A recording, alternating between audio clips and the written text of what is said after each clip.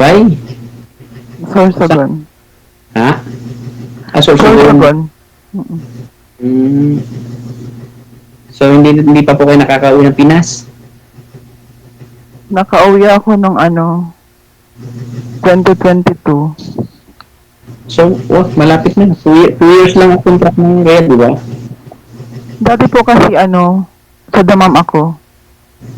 Sa ngayon, nasa damang Dati pa. po, Pero ngayon, nasa Red ka. opo. Dati po, 2018, nagdamam ako. Hanggang 2022.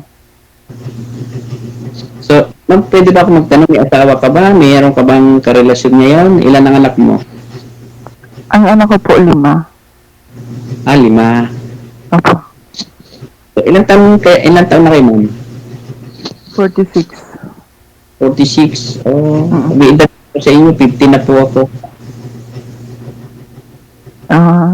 Okay lang po. Dati Usapan pong, lang makikipag-usap lang naman dito. dati pong OFW, Ah, nandito na sa Pinas. baka po may asawa kayo. Po. Ilan na ho ang Ah, anak niyo? ang anak ko po 3. Ang Oh. bunso ko 17, 22, and 24. Ay, 26. Oh. May pamilya na rin po yung dalawa, yung isa na lang wala. Mm. Ano po ang Nag, pinagkakaabalahan niyo? naghahanap po kayo ng friend dito sa live o makakasama sa live. Depende po.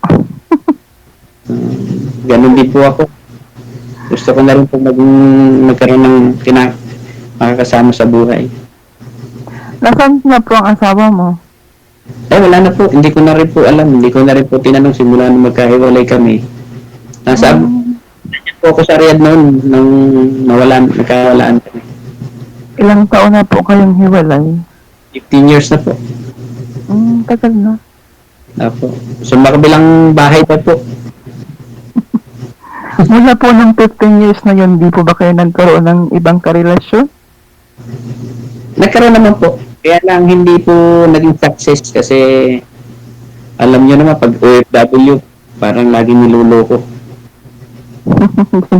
Siguro. Sabi na nila pag OFW madaling kunin yung kinakasama dito sa Pinas. Mm. Kasi pag Naging kasama niyo po ba sila? Naging, halimbawa, nag-live-in po kayo? Or nagsama po ba kayo ng mga naging karelasyon niyo? ano lang, pag nauwi lang ako kasi 7 years akong pabalik-balik dyan eh. Pag nauwi lang, yung ano lang, meet-meet na ano. Mm. Buti po hindi kayo nagkaroon ng mga anak doon. Ay, hindi naman po kasi inisip ko rin po na yun lang ang ginagawa sa ating mga OFW eh. Mm. Mahirap din po magtiwala na hindi mo kilala at hindi mo nakikita. Mm. Pero Sabagay. pagkatapos po nun, ano lang, wala na. Isang beses lang po yun. Nag-focus sa trabaho. Sa ngayon po, anong pinagkakaabalahan niyo? Nasa government po ako. Ano pong katayuan niyo dyan sa government? So, okay naman po yun. So, kasama po ng mayor ako. Government employee po pala kayo. Opo. Nasa dito po sa probinsya namin. Pangilang salo niyo na po ito? Pangatlo na po, hindi po ako pinalad na. Yung pangalawa po yung una po, okay po. Nagkaroon po kami ng magandang usap. And then, ako na rin po ang umayaw. Dahil hindi naman kami. Nakiusap yung mga anak niya kasi kamamatay lang ng asawa niya 1 year na wag guluhin yung pamilya nila. So ako na rin po lumayo. Kasi na ayos. Pagdating ng araw, ako ang piliin ng nanay nila at iwanan yung mga bata. Baka malalaki na naman yung mga anak nun. Masakit pa po sa kanila. So, kamamatay nga lang ng tatay nila. Then, di po ba? Naghanap din siguro yun ng ng Oh. paglilibangan na nanay nila. Eh, kinausap ko ng panganay. Sabi niya, kuya, huwag na itong na mamili pa ang mama namin na ikaw ang piliin o kami. So, ano po, hindi pa naman kami naging kami, pero as in friend lang, friend. Hindi ko na po, hindi na nawala na po sa pag-uusap namin. Nawala na yung kontak. Ngayon wala na kayong contact. Hindi po, lumayo na rin po ako kasi naiaawa din po ako sa bata, mga bata. Okay. Ako first time ko palang sumali dito. Sana maging success yun. Nung una po pero sa ngayon hindi na kasi third time na eh.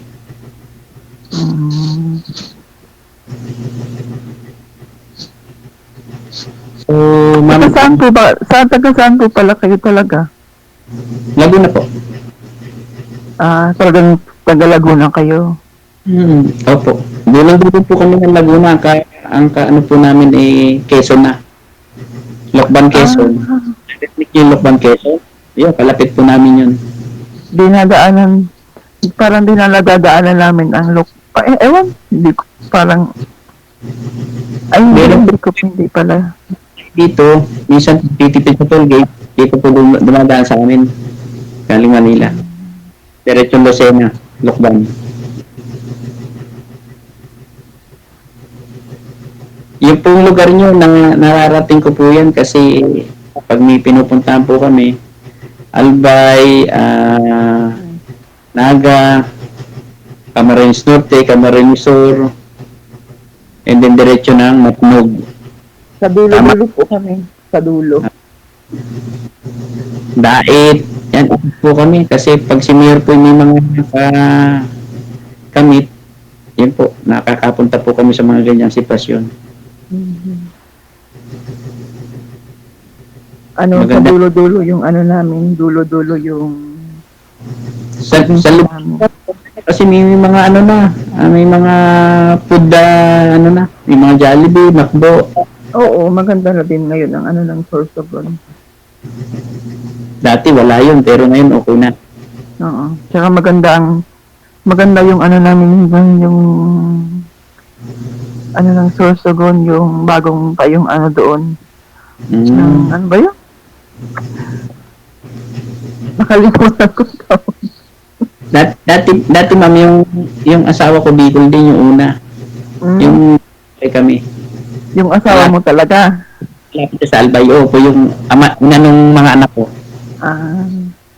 Saan po sa Bicol? Malapit daw siya sa Riles. Malapit kay Nora Honor. Albay. Siguro yun? Kamsur. Kamsur, Pulanggi, parang Pulanggi o Kamalig? Parang ganun. Opo. Hindi para mapunta doon sa lugar ng dating ex ko. Kasi nagkahiwalay na talaga.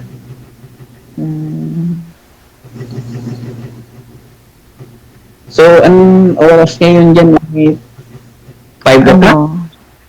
Wala pa. Advance ng 5 hours. 5 hours po yung 5 hours. Advance nga dito ng 5 hours eh. Ano ba lang, 4:30, magpo-4:30. Dito 9:30 na o 10:30 tama? 9. Hindi kayo napasyal po? Hindi kayo pumapasyal ng Bata? Nandun ang ating mga kababayan sa Bata? Ay, hindi. Maganda naman siya. Na napunta. Kasi nung rest day namin ang hirap pumunta doon. Ang rest day kasi namin kasi pag pumunta doon daw, madami kang makikitang kakaiba. Marami. Lahat nandun. Parang Pinas. Parang sa Pinas ka. Pero gusto ko rin makapunta doon. Kasi nandun lahat ang bilihin. Kung mamimili ka, halimbawa, nandun lahat. Pero dati nung sa Damam ako, nakapunta akong Kubar. Mm. Kasi doon naman ang karamihan ng Wala pong ma'am? Nasa higaan lang po ba kayo? O pwede nyo Ay, po, nakaupo po ako. pwede nyo pong buksan yung ilaw? Ang ilaw ko po kasi dito yung lampshade. Iharap nyo po sa inyo para luminaw po yung mukha ninyo.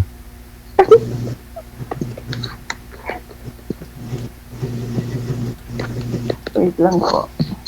Ayan, ang ganda naman pala ni Mami. Ayaw ipakita yung kanyang beauty. May tinataguan siguro yung asawa.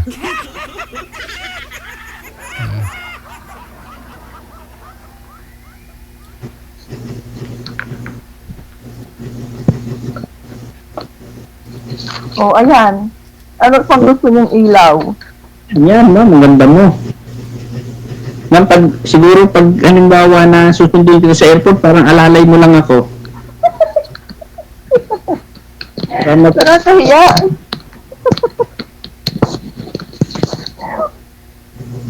dumilim na ulit, ma'am. Nawala na ilaw mo.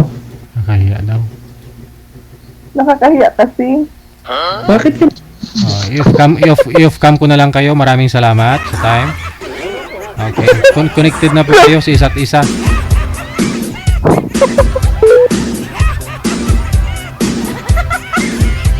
Mga basher, guwas ka mo diha. Nakahiya daw kasi. Ako'y nahirapan sa kalisod. Ay. 3 beses ko na ho yun hiningi sa kanya na magpailaw siya. Ayaw niya. Hindi siya nag-iisip na kawawa na may mga senior nating mga viewers.